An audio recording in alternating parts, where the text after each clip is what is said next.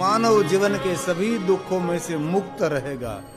और भक्ति परिपक्व होने के बाद बहुत सारे भक्तों के जीवन में हमने अनुभव किया है, वो जो बोले सो निहाल।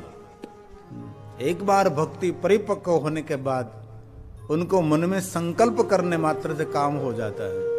ऐसा हमने बहुत महात्माओं के पास देखा, बहुत संसारी सत्कर्मियों के पास देखा है, जो पूरा जीवन भगवान की भक्ति में, सेवा में, पूजा अर्चन में पवित्रता पूर्वक जिसने अपना जीवन बिताया, उनके बुढ़ापा में जो बोले वही होगा। जिनको वचन सिद्धि कही जाती है। कोई भी मनुष्य हो, कोई भी जाति का, कोई भी ज्ञाति का, कोई भी वर्ण का, इसमें जाति ज्ञाति वर्ण भेदभाव को बहुत ध्यान में नहीं रखते हुए, किस कुल में, किस जाति में, किस समाज में आपका जन्म हुआ है, ठीक है, जहां हुआ हुआ, लेकिन आप जन्म से महान नहीं, आपके श्रेष्ठ कर्मों से महान है। और कोई भी व्यक्ति निष्ठा से अपना जीवन बिताएगा तो उनको जरूर समाज में आज नहीं तो कल प्रतिष्ठा तो मिलने वाली है।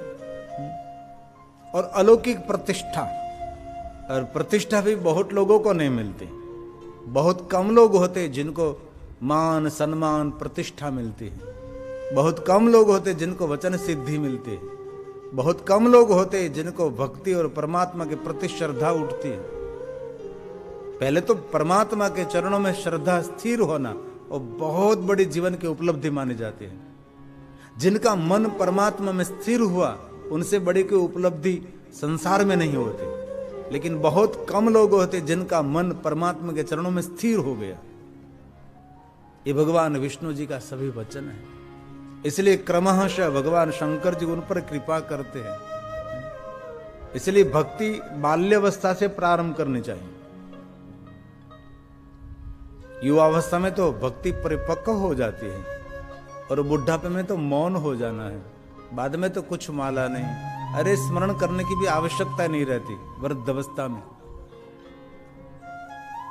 लेकिन दुख की बात है, बचपन खेल में खोया, पूरा जीवन खेल कूद में, युवा ने नींद भर सोया, कुछ हाथ में नहीं रहता।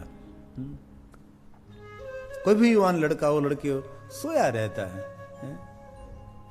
और जितने जितने महापुरुषों के जीवन चरित्र का हमने अभ्यास किया ना, उनके जीवन में पहली बात, ये लोग सोए नहीं है, ये लोग जागते रहे। खुद तो जागे, दूसरों को जगाते रहे। बाकी तो भूलाती नहीं आ सुखी जिंदगी। दिवसों याद करे पछी नानो तो त्यारे बહુ સારું હતું, હવે તો જવાબદારી આવી, બુઢો થાય ત્યારે देखो युवानो तो ત્યારે સારું, आखी जिंदगी ऐसे निकल जाती है।